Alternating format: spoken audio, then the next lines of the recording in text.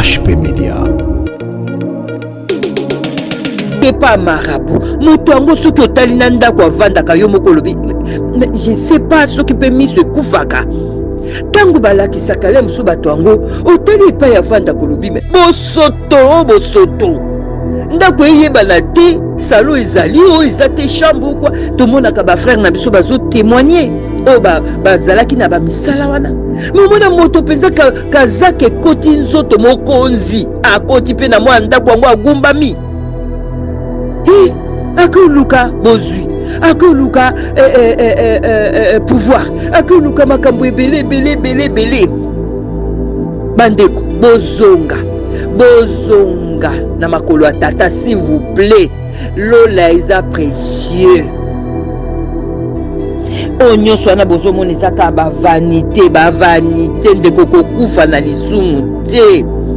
Topusa na pembeni na tata tango azopesa biso tango na 11 alobi ainsi respecte le commandement, les prescriptions et les règles que je te donne aujourd'hui, mets-les en pratique.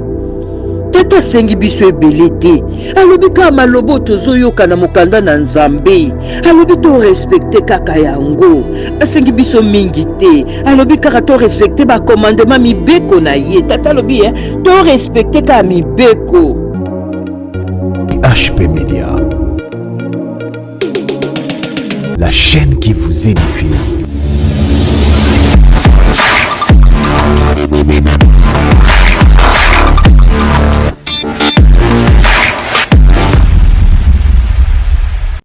Mbote mingi na bino nyonso bandeko na ngai kati na Yesu, ba frère nanga, ba sœur nanga, na pesi bino mbote mingi na pamboli bino na kombo na Yesu.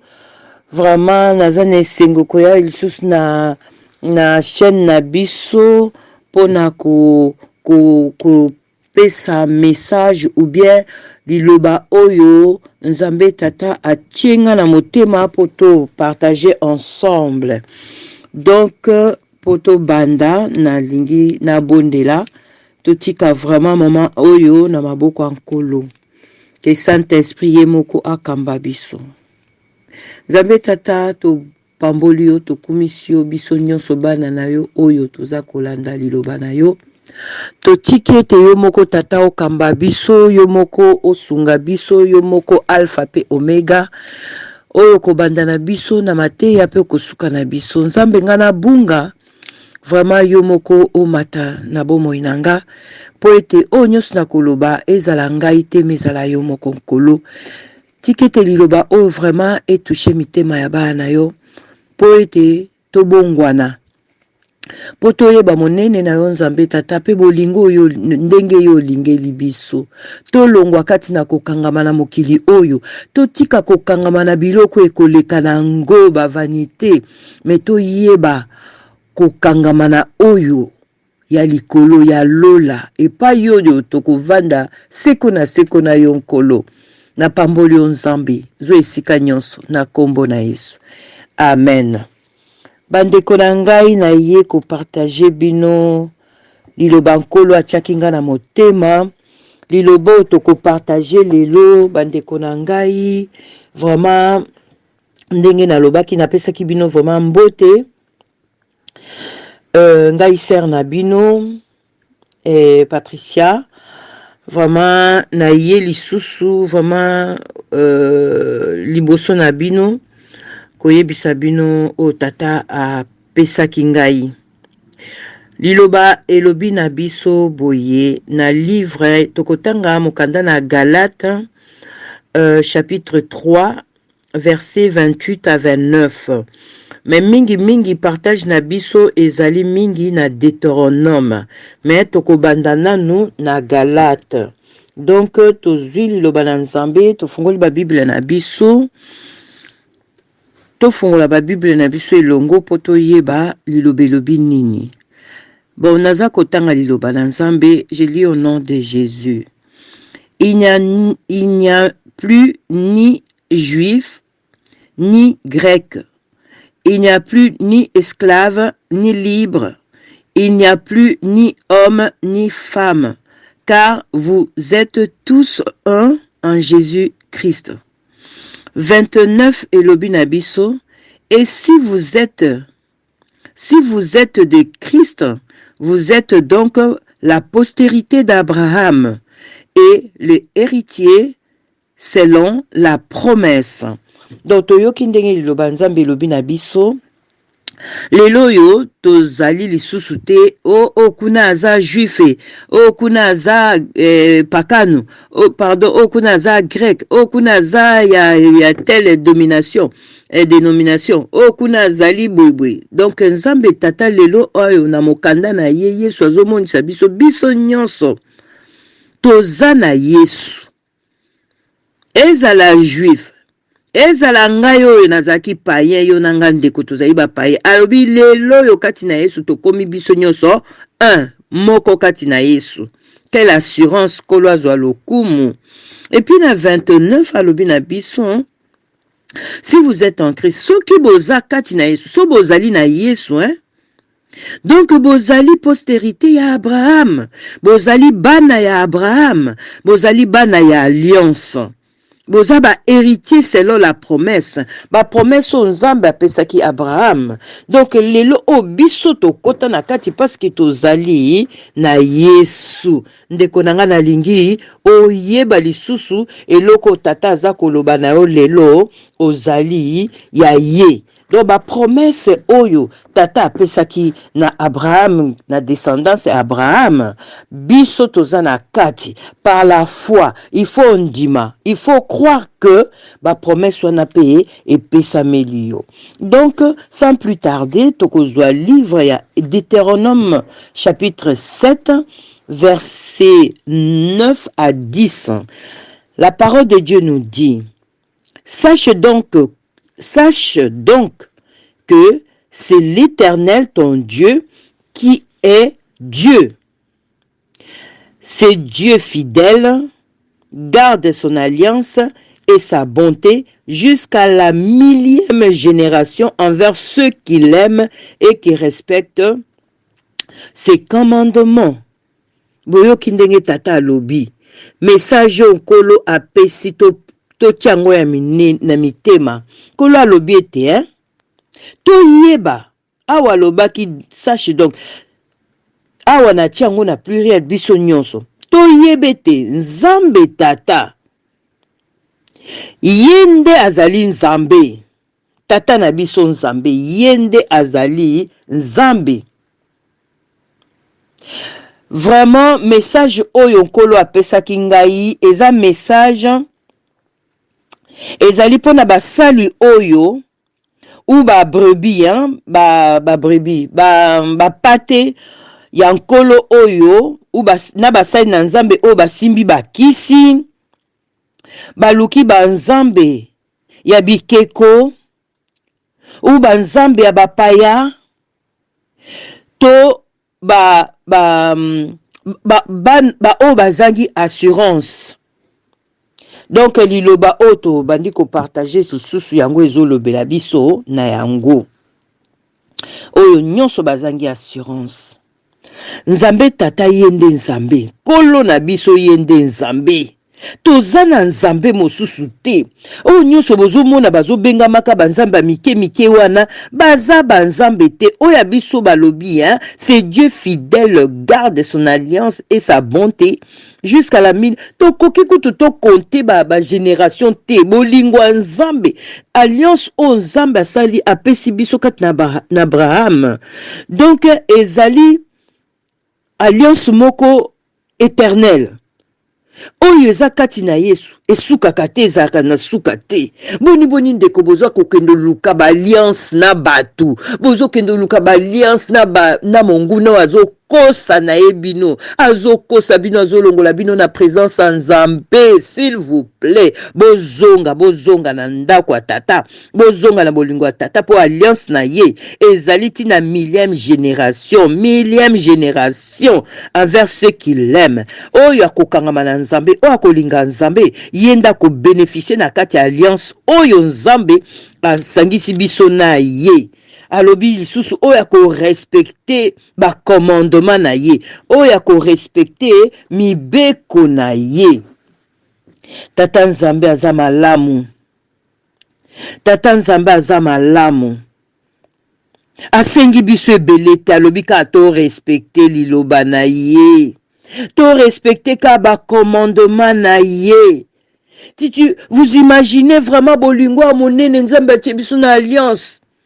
Pourquoi le baka bango kutu bazwa ba juif ba pambwa ma ba juif le lonkolo alobi ya ni juif ni grec. Ndeko nanga zala na kondima, zala na foi ke ngape na zala kati alliance wana. Donc ngape na ko prospérer, ngape na kokina zala mutu, ngape pouza ya Nzambe ndeko soki ozo ti lelo zo te parce que nano yebi identité na yo te. Nano yebi alliance ozala ngo na Nzambe te. Po yebi nano valeur na yo ozala ngo pa Nzambe te. Yango lelo tata zo moni sa yo lisubu lingo monene oye azana ngo epai na yo ou epai na ngai. Mais alobi na 10 ans, en revanche, il rend directement leur dû à ceux qui les détestent et il les fait périr.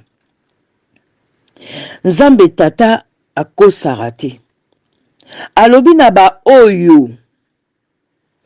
Alléluia, alléluia. Ba oyo ba détestaka ye. Ako rendre bango compte na bango. Ako rendre bango, ako anéantir bango. Ozomona. Ako faire disparaître bango complètement na mokili. Mususu pe Nzambe abomi yo nanu te. Anéantir yo okomi vide. Pardon, yete po na misala na yo. Mais azotikelo mwa tango. Po bongwama. Oza suna force spirituelle te po bimi. Yango moni Nzambe tata alobi awa, alobi ke il les fait périr. Ako boma. Ako faire disparaître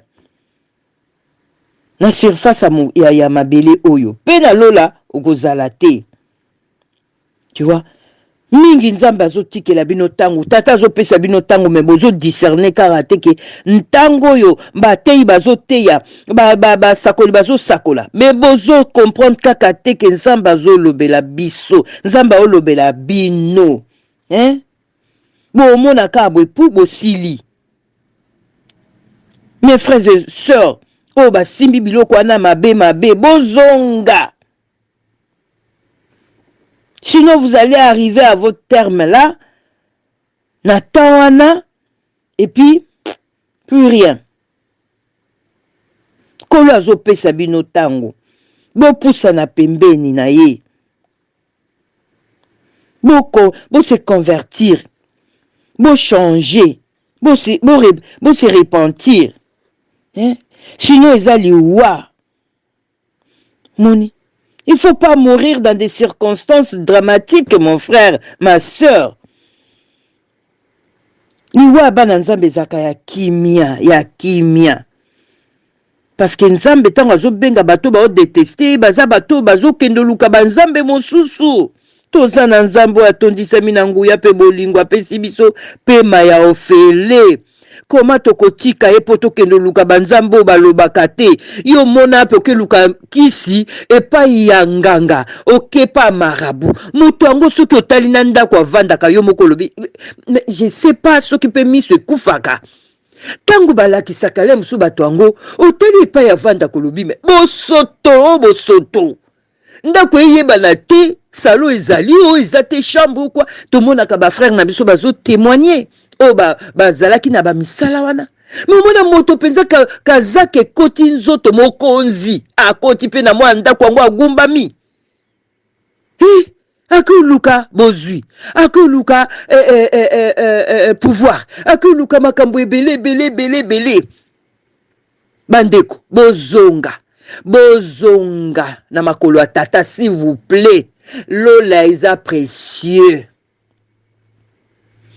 Nyonso wana bozomona ezaka ba vanité ndeko kokufa na lisumu te.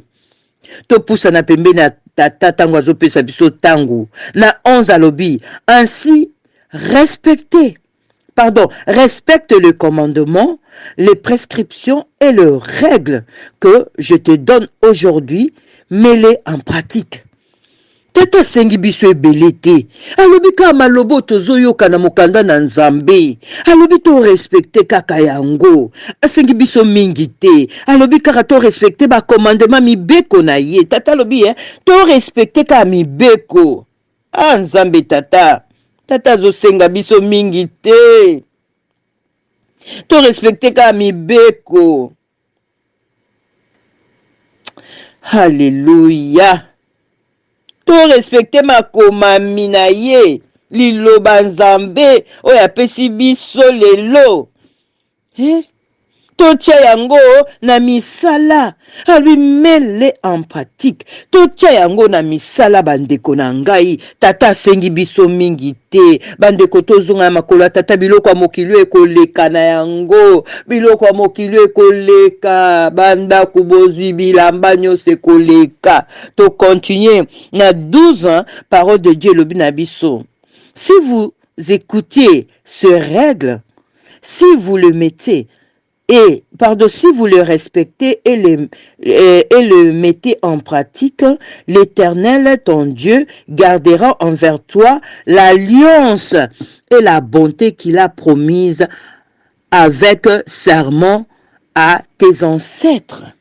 Nzambe aza bolingo makasi. Aza bolingo makasi tata. Botala bolingo moneno Nzambe. Donc, liloba Nzambe lobi na biso que Nzambe tata asalaki comment je nakoloba ngo na lingala Nzambe tata sunganga molimo mosanto. Ndeko nanga yeba ke oza mwana ya alliance. Naza mwana ya alliance. Oyoki? Tozali bana ya alliance. Oyo Nzambe alapaki ndaye. Je crois c'est ça, serment. Tata alapela ngonda ya lobi oyo bana na ngai. Aloba yango. La bonté alobi que attends. Soki tokoyoka ba règle na ye. Soki to respecte yango, to tie yango na misala. Nzambe tata na biso gardera envers toi l'alliance et la bonté qu'il a promise avec serment. Tata lobi a garder envers toi mon frère, envers toi ma soeur, envers moi l'alliance oyo ya bolamu na ye. Alliance pe bolamu na ye oyo ye a prometaki na comment on dit serment na alapaki akataki alobaki ngai ba o bana na ngai o ya asalaki serment na bakoko na biso donc koko na biso Abraham. Liloba Nzambe zo continuer elobi na biso nini? Elobi na biso na 13 ans. Il t'aimera. Oh, alléluia. Nzambe tata. Te Nzamba za malamu ndeko zonga na makolo ya tata. Alobi na ba oyo bako batela mibeko. Ba o bako bomba mibeko. Ba oyo biso toko bomba mibeko. Toko yoka mibeko. Toko tia mibeko na misala. Nzambe ako garder envers biso l'alliance pe bolamu na ye oyo ya prometaki na bakoko na biso. Alors il t'aimera. Ndeko na ngai. Okoma ko milingisa, okoma ko forcer bolingo. Nzambe tata lobi il t'aimera. Salaka konkolo alobi. Oko forcer na bolingo te. Bolingo Nzambe leki nyonso. Pourquoi ndeko nanga ozo milingisa? Pourquoi? omilingisaka. Tu n'es pas obligé ya forcer bolingo. L'amour véritable, c'est Dieu. C'est lui qui nous aime. Et puis nzambe tata na bolingo ne yende mutakotia batu o bakolinga yo. Ce que au monika ko forcera. Te nzamba lingyo mon frère ma soeur. Cela te suffit. Akope so batu bakolinga yo. Tata lobi hein. Ah nzamba za malamu bolingo tata eza bolingo solo. Ezali nzambe bolingo solo alobi hein. Il te bénira. Hey, alléluia. Kolo alobi akopambola yo ndeko nanga akopambola ngai. Ndeko nanga okeluka kisi pona nini? Mosai na nzambe tiki nzambe oyo yo tangaka na monoko. Foti na yo te po yebi ete. Abengaki yo nanu te oyaki mbangu. Oyaki na lo mbangu parce que monaki voisin azwaki parce que ah mon frère Paul a eu ministère. Ah mon frère Pierre a eu ministère. Ah mon frère Mathieu a eu ministère. Tikanga pena boaka parce que na moni kuna ezo futa, kuna ezo pesa, kuna pelisaka, kuna matisaka. Kune salaka boy pesaka mituka pesaka bandako ndeko nanga yango ozomono zo tatone yango ozomono ke simba po nini ozanano oza nzamba benga kite nzamba benga ki ovandaka na okombolaka na yo me yo landaki frère Pierre frère Paul yangwana ndeko nanga mususu pe alandaki sœur Antoinette alandaki sœur Pauline sœur Kingandi ye wana prophétesse naki prophétesse komi ya kolobaka makambo moko batu so bazoyoka babi o tozana mokili nini ba prophétie bimela biso ngambo ezoyeba na te bandeko na nga boyoka biso mawa prophétie le mboka na biso nzamba za malamu apesaka le prophétie mais Matthieu 24 komi okokisama na mboka na biso nyonso wana boyebaka tata akotuna bino kolo alobi akopambola yo bozwi ya mokili oyo ndeko nange eza éphémère esilaka elekaka me oyo ya nzambe tata tokokontinue nango tina lola yawe yesu mobali ya motema na ngai kolo alobi lisusu alobi et te multipliera alléluia alobi comment multiplier akofulukisa yo okokoma nango ebele ya ebele mingi oyo baza kobanga nzambe toloba kaka te soki tomoni mwana nzambe akomi na mbongo toloba simbi kisi non eza na ba o nzambe azopambola po baobanga na bango nzambe oyo penza aza ya nzambe kobo komona motema ne kabaka motema ne pesaka ba orphelin motema ne pesaka ba veuve adefendaka ba malheureux ba indigent aza na kati ya nyonso na atala akutu bozwi na etele mususu kutu batu baoloba mais ye penza pambo mais tele ndenge azala kaka wana nde ya nzambe okolo pambola yo ndeko nanga oza ndenge wana pomoni kolo akopambola kolo alobi lisusu je bénirai tes enfants, les produits de ton sol, ton blé, ton vin, ton huile, les portées de ton gros et de ton petit bétail dans le pays qu'il a juré à tes ancêtres de te donner. Ndeko nanga, tala ba promesse malamu tata apesa biso. Abi akopambola bana na yo. Lelo okomi ko privé bana nzambe. Ozo bomba olobi na préparé à venir à bana nanga. Futur à bana nangai. Oh ndeko. Nzambe muta kopambola bana na yo na tango ya yebi. Kondima na yo eza wapi. Pesa bana nzambe. Tala ba orphelin. Bazolala na ba condition mabe na mabele. Ndeko nange saka opasite otabana yo bana ba matela oezo utapoto. Ebongo yo kuna olobi natala baona mosika nzambe alimbisa bino nzambe alimbisa biso to kipe ba orphelin kolo yo kabiso mawa kolo pambola bana biso ndengo loba Ah Seigneur, kolosunga biso. Tata lobi akopambola biso alobi dans le pays qu'il a juré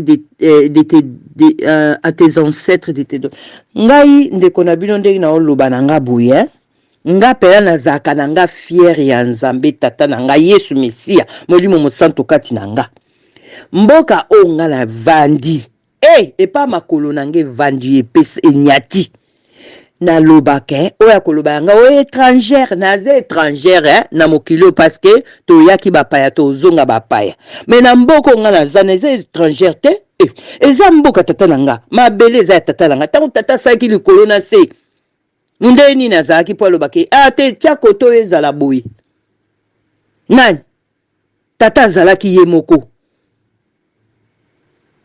asali mokili na ye asali mabele na ye siko yo ya kolobalanga mwana Nzambe mwana alliance mwana promesse oya kolobalanga na étranger mais comment ça ou bien oya kolobalanga oh non et pas ibino boza kuna boza ba étrangère koto bozali mais non Nzambe bengeli bana zwa soki tolobi ka tozwa ka ba juif bango moko bana Israël tala nde baza mokili mobimba ba panzala baza mokili mobimba ata bazo zonga mais baza nanu mokili mobimba. Bongo ngape biso penga na frère na sœur na dans le Seigneur toza pe mokili mobimba po mabela ngo Yesu akufelaki biso nyonso donc mabela tata na biso mabela ya Yesu donc de konange pa nyonso Nzamba tio na mboka nyonso zali zala heureux kuna zala heureux liloba Nzambe mutoloba totanga liloba na Nzambe kolo ko pambola biso na mabele na mboka nyonso pa itozali. Oh Seigneur merci lokumu ezonge pa ina yo to sosola tozwa pe abo sosoli ya solo to yeba Nzambe otozo sambela olia ko yebisaka biso bo telema bo kende bo telema bo sala boy kolo limbisa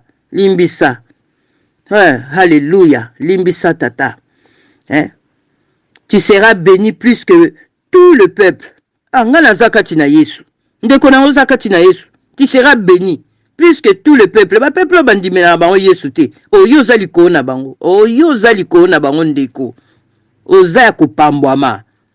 Alobi il n'y aura chez toi ni homme, ni femme stérile, ni bête stérile parmi les troupeaux. Kolo aloba stérilité et pas naïe ezate. Ezalité.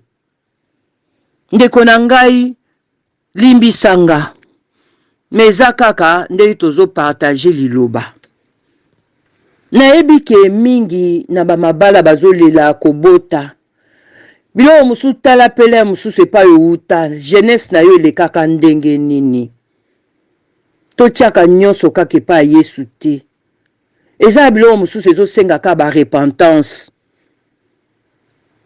yo moko yebi jeunesse na yo le kisaka ndenge nini le musu Nzambe abombela kayo ka mibale oyo bwaka Nzambe abombela ki yo misato yo longola ndeko nanga siko ekoma yo pasi mususu pe tango atalaka bana baninga alobi bano ba respecte bano éducation mabe nga mukona ozwa bana nanga bana nanga baoza bien éduqué koleka bano Nzambe azoyoka yo.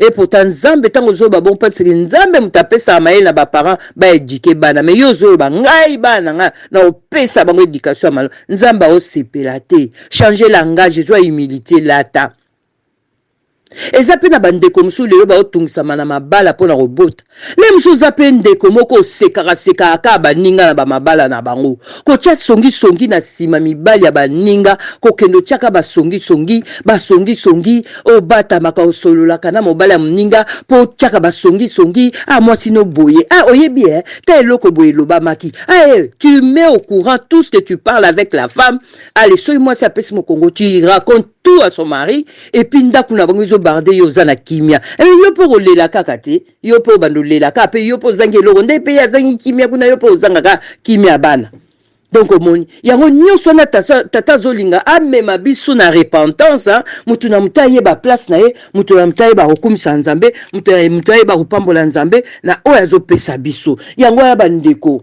toza mitema malamu biso pe otozwa bana to bondela pona bandeko na biso baoluka bana mususu pe asenga kyango te eye Mais conseil na kopesa na frère nanga, na sœur nanga oyo bozoluka bana. Bozala heureux. Bolingo eleki nyonso. Eza na bandeko mingi pe ba témoigner moi 10 ans en mariage, 15 ans en mariage. Omaka mkomoko boye ka mukolo moko boye nzambo ya bolingo, nzambo ya malamu tata na biso o alobi na biso makambo nyonso totangi na Deutéronome chapitre 7. To bandaki na 9 titres zo kende kuna na 15. Tata wana mkomuso mwaka bolala kiboye kaka ngai na oka nzoto bien te ngai na oka tata pesi mwana ou bien pesi bana andeko totonisa na bolingo repentance soki oyebi osalaka yango basai na nzambe lelo bazoloba ngo bazemi akosopa kolwa limbisa bosenga bolimbisa repentance pa nzambe loba nzambe limbisanga tata nasopaki yango nasopaki autant limbisanga lela ndeko lela na yo na lie secret lela nzambe tata na yo tata kopesa yo bana po alobaki y aura ni homme ni femme stérile. Alobi na bête, tu t'imagines nzambe alobi na nyama, aboyi na nyama za stérile. Et puis nyama nyonso abotaka. Yango ndeko nzambe pambola yo vraiment lokola tokomi na avril onde toyoka lilobo yo année prochaine na mois oyo kaka o témoigner que nzambe tata apesi yo bana. Tozana no avril ke na mbule koya na sanza oyo o témoigner ba bienfait ya nzambe kolo apambola bino kolo alobi lisusu awa na 15 ans alobi l'Éternel éloignera de toi toute maladie. Gloire au Seigneur. Nzambe aza malamu bandeko na ngai mwa maladi oyo eningisi mokili na yeli bino message lisusu oyo ba o bazangaki assurance. Tata lobi, l'Éternel éloignera de toi toute maladie ndeko zala na kondima et pas yozo tungisa mana maladie zala na kondima ke tata lobaki na Deutéronome chapitre 7 verset 15 a éloigner de toi toute maladie kondima Yesu sur la croix de Golgotha il a tout accompli. La parole nous dit le châtiment qui nous donne la paix est tombé sur lui et c'est par ce meurtrissure nous avons été guéri. Tosi tozwa guérison na Yesu Messie ankolo guérir yo au nom de Jésus-Christ. Zala na kondima, c'est par la foi. Père nous dit, il ne t'enverra aucune mauvaise... Pardon. L'Éternel éloignera de toi toute maladie. Il ne t'enverra aucune des mauvaises maladies d'Égypte que tu connais. Na Égypte monaki ba fléau banzoto kobeba ba makambo ebelo to mona lelo mais kolo alobi jamais abi akotinda te aucune des mauvaises maladies ndeko tozala na kondima na biso na tata na biso kondima na biso na tata alobi akolongola nkolo Yesu Mesia akokisa nyonso yende assurance na biso assurance maladie te oyo ezali oyo non Yesu asi akokisa nyonso yango wana na Deutéronome chapitre 10 verset 7 parole de Dieu lobi na biso en effet l'Éternel votre Dieu est le Dieu des dieux, le Seigneur des seigneurs, le Dieu grand, fort et redoutable. Il ne fait pas de favoritisme et n'accepte pas des pots de vin. Boyoki. Il fait droit à l'orphelin et à la veuve. Il aime l'étranger. Hey, yoka. Tata lobi, il aime l'étranger. Bon, yoko, le balanga, yo, étranger quelque part. Tata lobi, il aime l'étranger. Et lui donne de la nourriture et des vêtements. Gloire au Seigneur. Ndeko na ngai, aux étrangères na mokilo parce que toyaki bapaya tokozonga. Mais pas nyonso epesa melio. Aux étrangers te. Tata lobi, il aime l'étranger. Il lui donne de la nourriture et des vêtements. Eza na batu mususu nzamba lingela biso to pambwa melesika to zali. Yo pepa yo zali kuna pambwa melesika yo zali. Ndeko na ngai. Mingi po ba ye poto ba moni comment bato poto ba vivaka ba zongi ba mboka ekomiote bolongwa kuna bo tete. C'est ça, c'est la jalousie pire et simple. C'est la jalousie. Kolo kelelo tango ekobeta kolo alinga kuta biso mitema na biso toza après alinga kuta biso mitema na biso ya kobongwama eza te ke yo po bozalaki na ngambu kuna ya Amazonie yango na porte alo le kangameli bino kuna na Amazonie oyo bandimaka Yesu bazotambola na bosolo bakokota lola oyo bazali na Asie na Océanie na Europe na Afrique na Amérique oyo nyonso andima Yesu mokonzi mobateli na ye azolanda lobo to lobi o tata lobi to respecter ba commandement na ye to tiango en pratique mito tiango na misala oyo nyonso akosalela yango lola na ye eza kofungwama paske azotosa liloba na Nzambe. Yango kolo apambola biso abomba biso ndeko na ngai zala na assurance zala na assurance zala na assurance za na assurance. Moto aloba na yo tekete ozali boy non. Tanga Deutéronome. Nzambe tata alobi na biso ya ni juif ni grec. Alobi na biso to akati na Yesu toza postérité d'Abraham. Yangwana ndeko na ngai yeba ke oza mwana ya alliance. Oza mwana ya alliance. Ba promesse nzambe tata aloba. Ozanango ndimake ozanango komitika kateke ongai angana yaki nanga nanga otika batu mutek koyaki otika batu te soko olobaka bongo otika ka batu ne poto za na bénédiction et pas yozali oza na bénédiction na vie na yo yango na liloba o tata tiaki nga na motema na yaki lisusu penza na partager yango na bino bandako na bino epambwama na liloba na Nzambe ba famille na bino liloba na Nzambe quel que soit ba montagne ndeko nanga ko lâcher te kotika Nzambe te kotika Yesu te quel que soit ba difficulté kangama na Yesu vraiment kolo bomba bino Nzambe tata na pamboli opoza malamu oza incomparable redoutable oza tata oyo nyonso loba okokisaka yango naza na kondima ke liloba oyo toucher motema ndeko na ngai nyonso mwasi mobali atie kondima ke aza mwana ya alliance ke ba promesse nyonso tata oyo pesa biso ekokisa meliye na kombo na Yesu Messia. Père éternel, que toute la gloire te revienne au nom de Jésus. Amen. HP Media, la chaîne qui vous édifie.